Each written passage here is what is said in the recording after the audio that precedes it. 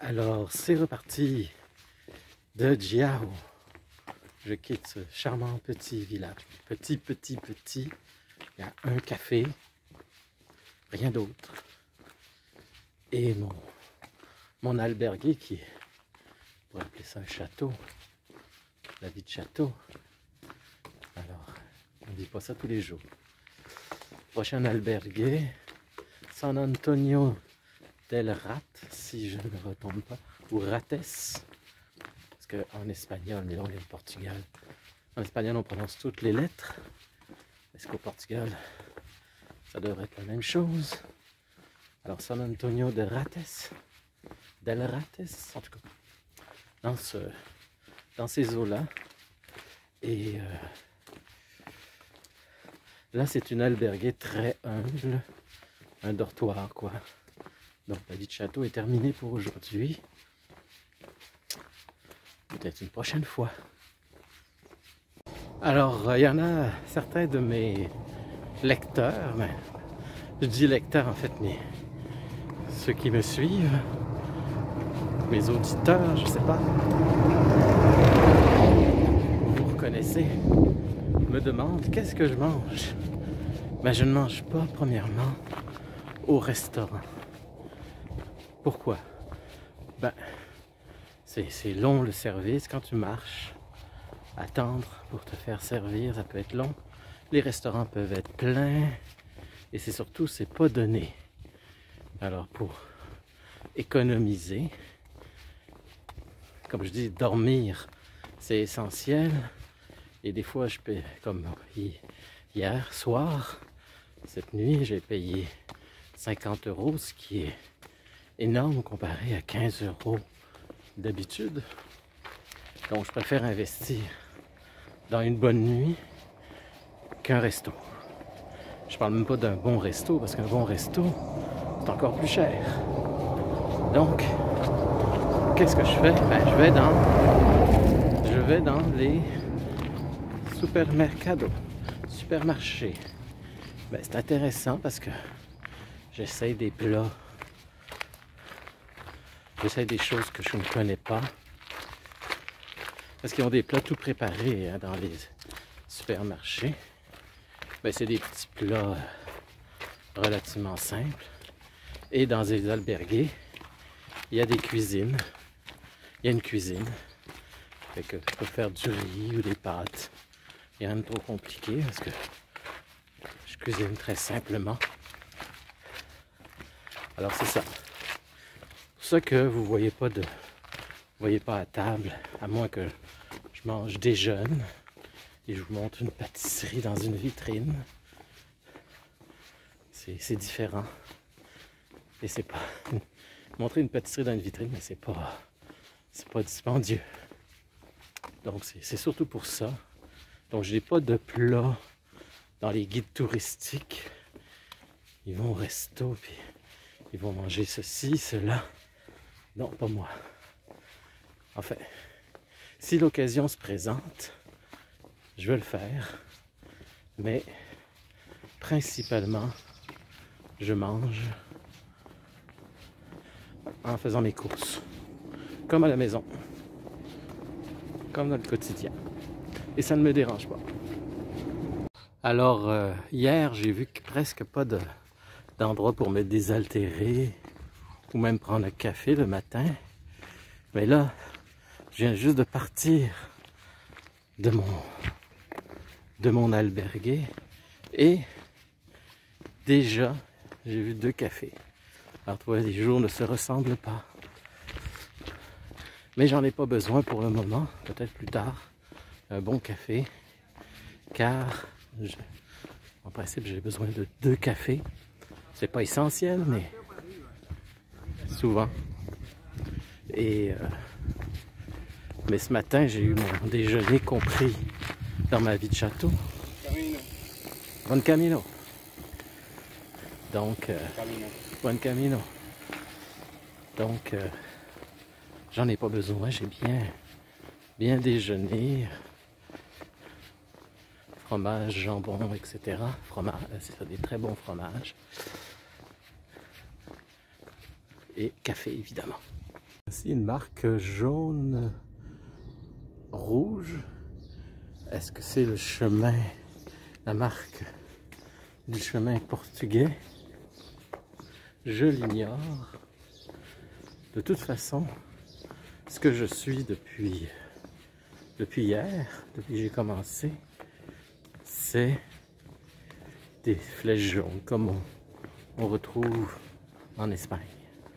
Donc, mais c'est intéressant de voir que il y a d'autres couleurs aussi qui peuvent identifier le chemin. Parce que sur le chemin en France, le Puy-en-Velay, le GR65 si vous préférez, c'est blanc et rouge si vous vous souvenez. Je viens de comprendre. Alors, voyez la ligne jaune, c'est le chemin qu'on utilise, classique pour Compostelle. Et la ligne bleue, flèche bleue, c'est Fatima. Fatima qui est un haut lieu culte de pèlerinage qu'il ne faut pas oublier. Donc ceux qui veulent aller vers Fatima plutôt que Compostelle peuvent le faire. Alors c'est pour ça qu'il y avait ces différentes couleurs. Ah oui, puis je suis aussi ces panneaux-là qui sont... C'est surtout ça en fait. Il y a des flèches jaunes, mais aussi ces petits panneaux plantés le long de la route qui sont très pratiques et que je n'ai jamais vu ce type de panneau ailleurs que sur le chemin portugais.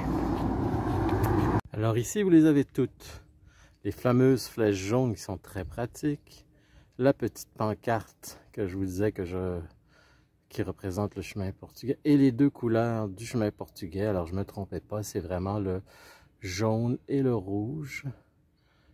J'imagine que dans le jaune nous rappelle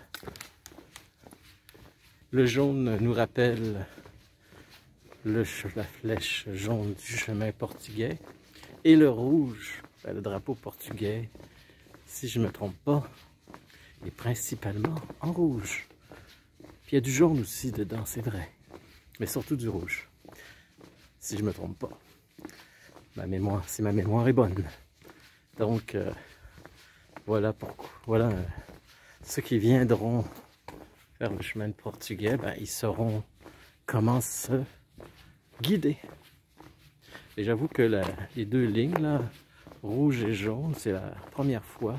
En fait, c'est la deuxième fois. La première fois, je voulais vous les montrer. C'était la première fois, là, c'est la deuxième fois que je les vois. Alors, j'imagine que à partir de maintenant, c'est ce que je vais avoir.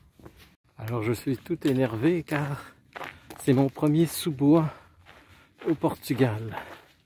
Là où j'en voyais plein en Espagne puis en France. Ici, je voyais surtout des murets, comme je vous ai dit la dernière fois. Il y en a encore d'ailleurs, mais c'est un petit muret, ça va. Il y a surtout une forêt, un petit bois. Et il y a surtout un chemin de terre.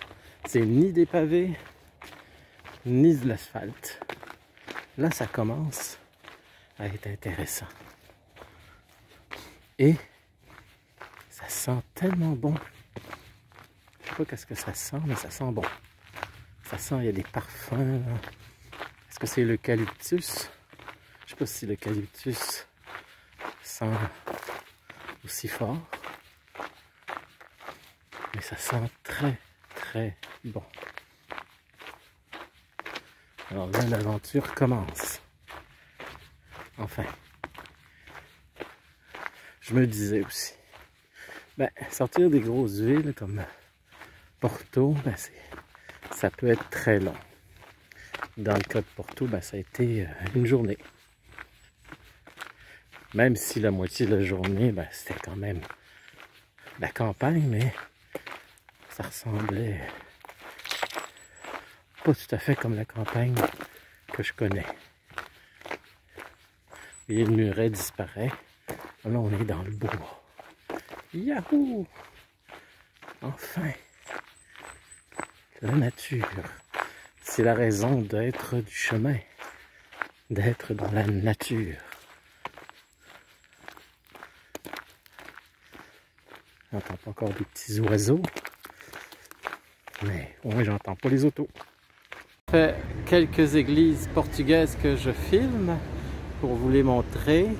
Et ce que je constate, c'est qu'il n'y a pas de campanile. Campanile, c'est les clochers en Espagne qui sont beaucoup moins, qui sont plutôt plats avec deux cloches et qui étaient beaucoup moins compliqués à faire. Ici, c'est des clochers, je dirais pas à la québécoise, mais plus comme on connaît les clochers d'église. Il y a le fameux coq, si vous regardez sur le dessus, il y a le coq portugais parce que il y a le symbole du Portugal, comme en France d'ailleurs, c'est le coq. Les Français disent cocorico pour dire vive la France.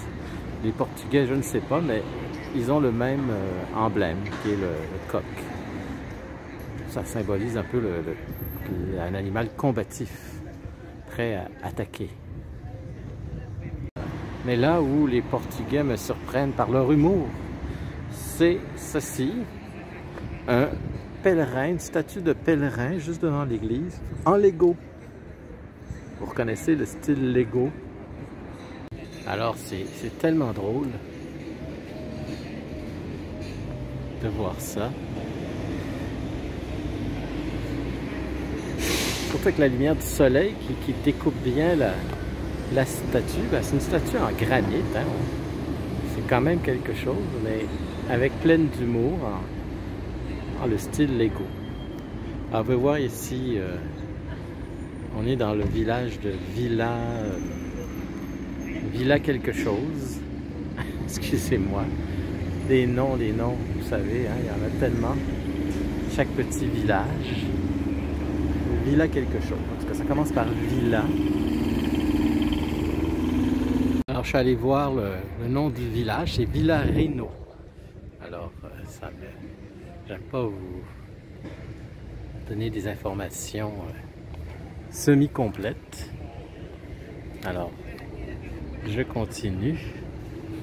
Vilarino, c'est quand même un petit village assez... vous voyez, il doit être dans le cœur. Avec ses petits cafés, ici. Et c'est pas par là, je ne veux pas aller où il y a beaucoup de trafic. Le chemin du Camino se retrouve dans un petit raccoin plus discret, plus calme. Alors voici un moment paradisiaque, un paysage paradisiaque et un moment d'extase pour moi parce que c'est tellement beau ce décor. Regardez la rivière. Vous avez la rivière et vous avez, vous ne voyez pas très bien, on va le voir mieux dans quelques instants, un vieux pont. Il a au moins 1000 ans. Enfin, il a l'air d'avoir 1000 ans. Il y a peut-être moins, mais il est vieux. Juste par sa construction, la manière qu'il est construit, c'est pas jeune. On est dans l'authentique et dans le beau. Pas juste authentique, c'est beau. Vous avez dû remarquer, ceux qui me suivent depuis un certain temps, que j'adore les ponts.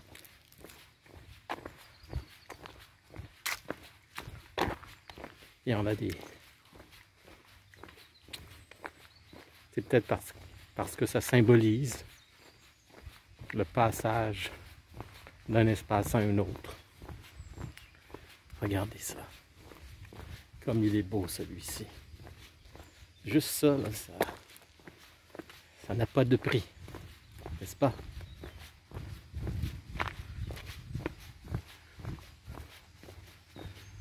Je suis tout seul en plus. Parce que j'ai pris le chemin central. Parce qu'au Portugal, il y a 3 chemins de Compostelle qui montent vers Compostelle. Il y a le chemin central que j'ai pris, qui est le classique. Alors, je suis sur le chemin classique, vous voyez. Il ne faut pas avoir plus classique que ça, avec un pont aussi vieux, aussi beau. Il y a le chemin dans la montagne. Alors ça, c'est pour ceux qui n'ont pas peur des montées et des descentes. Ça me dérange pas trop, mais allez, j'en choisis un. J'ai pris le classique. Et vous avez le plus populaire, c'est pour ça qu'il y a moins de monde ici. J'évitais les foules. J'avais eu mon quota sur le chemin du Nord. Et parce que les foules, est-ce qu'elles vont où? La majorité, je pourrais dire même 75% des marcheurs. Parce que je vois presque personne ici. Et je m'en plains pas, hein. J'ai des paysages à couper le souffle. Et je suis tout seul. Personne. Nada. Et regardez l'îlot. Oh non, c'est incroyable. L'îlot flottant. C'est fantastique. J'ai jamais vu ça. En tout cas, moi, j'ai jamais vu ça. Regardez ça, ça vaut la peine. Vous voyez l'îlot qui est juste là, que j'ai agrandi. Il tourne. C'est une île flottante. Waouh! C'est pas tous les jours que je vois ça. Et que je suis sur un pont du Moyen-Âge, sur une rivière avec une île flottante. Et même deux, parce que il y en a une, mais on la voit pas bouger beaucoup. Celle du devant bouge plus. Et pour terminer ce que je disais, le chemin le plus populaire, c'est le chemin de la côte, parce que il y a les plages, la mer, la beach, comme on dit aussi. Ça fait plus vacances, mais c'est ça le problème, c'est que le chemin du Nord, je suis parti de là parce que il y avait trop de vacanciers, période de vacances, alors je voulais éviter ça, c'est pour ça que j'ai pris le chemin central. Et il a l'avantage d'être plus calme, plus serein. Et de voir des choses comme celle-ci, incroyables, presque magiques. Je suis à Bagunte. Ça sonne pas très portugais, je trouve. Bagunte. Vous voyez? Dernier regard sur le pont de Bagunte. Il y a un plateau explicatif sur le pont. C'est le pont Zamero. Si je lis bien mon portugais, que je ne connais pas. Ouais, c'est le pont Ponte de Zamero. Sur la Rio Ave. Ave César. Non, César, ça c'est moi là. C'est la Rio Ave, oui. Alors on arrive dans ce petit village charmant. Toujours aussi calme. Regardez ces fleurs bleues. Ça pousse comme de la mauvaise herbe.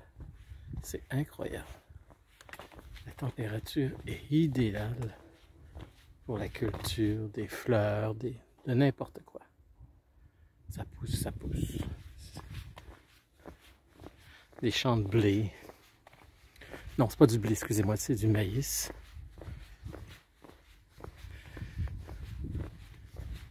La température, vous voyez, c'est vraiment parfait pour la culture. Ah, voici une place sympathique pour un café. Vous voyez la verdure qu'il y a ici, vous n'avez pas ça en Espagne. Autant de verdure. C'est presque, on se croirait presque en Irlande, façon de parler.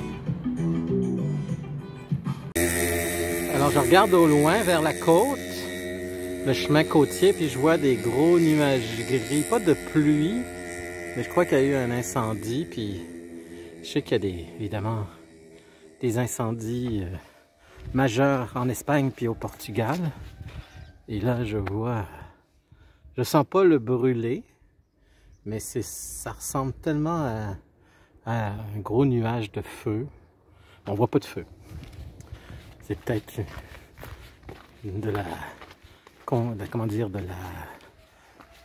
l'humidité, mais c'est bizarre. L'humidité, c'est pas aussi foncé. Oui, c'est gris, mais pas gris noir comme comme ici. En tout cas,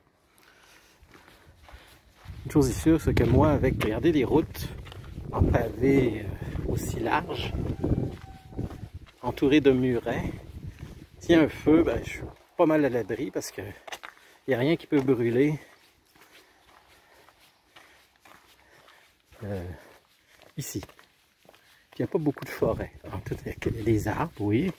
Si je regarde ici, il y a des arbres, mais c'est pas des forêts dans le sens forêt du Canada ou du Québec. Alors, tout à l'heure, je me posais la question s'il y avait un feu. Je le sentais pas, mais là, je le sens. C'est un feu récent, assez éloigné, parce que je voyais le nuage gris d'assez loin. Et ben, la fumée s'est rendue jusqu'ici. Et là, je sens clairement le brûler. Regardez le beau petit village portugais, typique, au loin. Attendez, je vais vous l'agrandir. Comme ceci. Vous le voyez mieux avec sa petite église qui sonne. Là, parce qu'elle approche midi.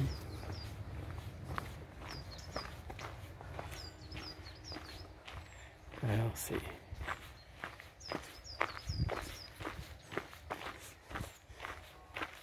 Il doit être midi, c'est ça. C'est la cloche du midi, du lunch.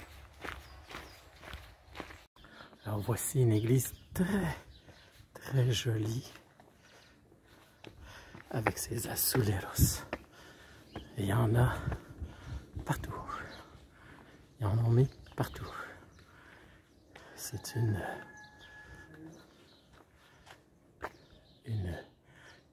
un complet remplissage d'azuleros. C'est très beau.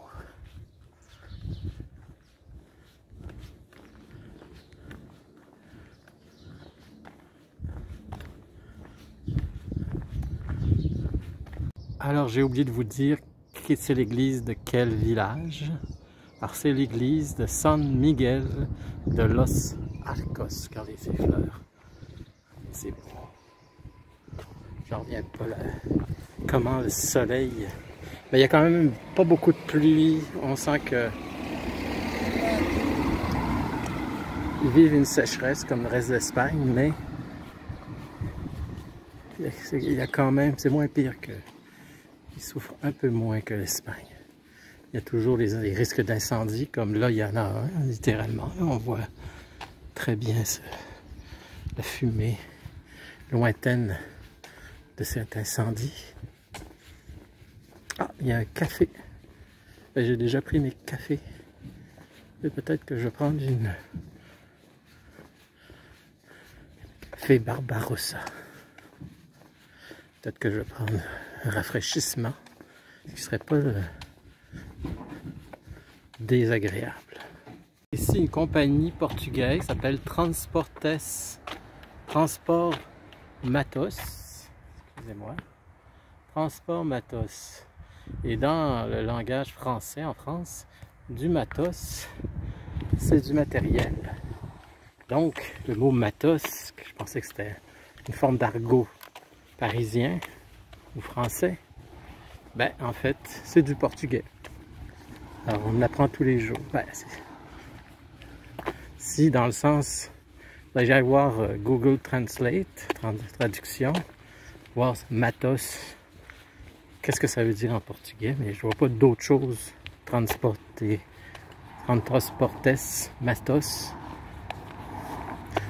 ça, c'est à vérifier. Alors j'arrive à mon étape finale pour aujourd'hui, Sao Pedro de Rates. Vous voyez, c'est ça va être une albergue classico, un dortoir quoi. Fini la vie de château. Voici, je suis arrivé à bon port. Ça c'est la place de l'église, avec une église plus de type espagnol avec son campanile. J'ai même une mini mercado. Mais le plus drôle, ça c'est mon albergue, vous voyez. Je vous ferai visiter l'intérieur peu près une soixantaine de places là-dedans. Je vous ferai... Bon, ça doit être un dortoir assez classique. Mais le plus drôle, c'est ça. Un coiffeur. Vous vous souvenez de ça? Il n'y en avait plus, hein? Il n'y en a plus au Québec. Ben, ici, c'est le premier que je vois. Et c'est trop drôle. Ça me rappelle des souvenirs. Pour ceux qui ont connu ça, les barbiers qui avaient ça. Bon, en voici un.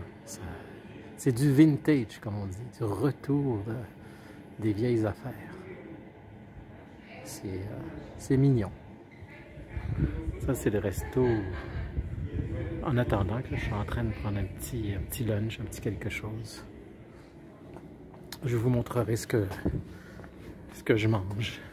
C'est rare que je vais au resto, mais ça arrive. Même une éolienne de style steampunk. Le steampunk, c'est un peu du design à la Jules Verne. Vous voyez, un petit peu ère industrielle, mais avec du rococo, avec du art nouveau, un mélange de plein de choses. C'est ça le steampunk. Et je trouve que ça fait steampunk. C'est juste à côté de mon albergue. Vous voyez ici? C'est là. Repas, une omelette avec des frites et un peu de mayonnaise sur mes frites. C'est très simple et m'a donné des petites toasts. Ça, je connaissais pas. C'est des toasts de pain grillés, tout simplement. Déjà avec les frites, c'était suffisant. Mais c'est sympathique.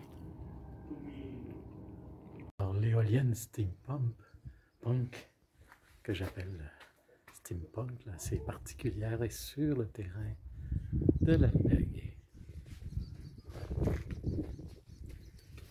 Et voici l'accueil.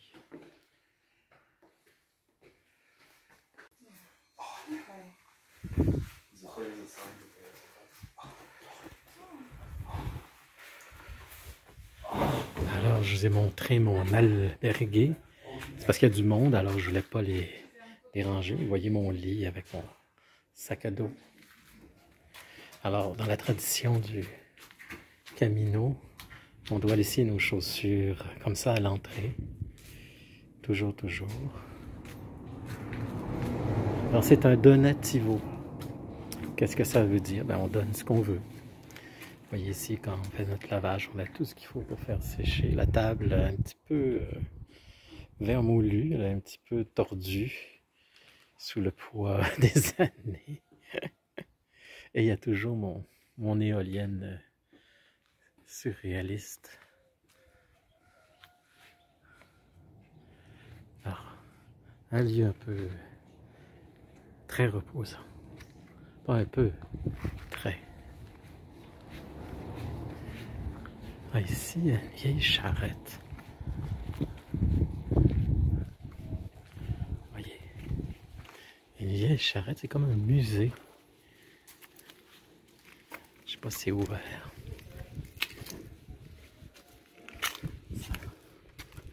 Non. C'est un musée fermé. En tout cas, ils ont un grand terrain.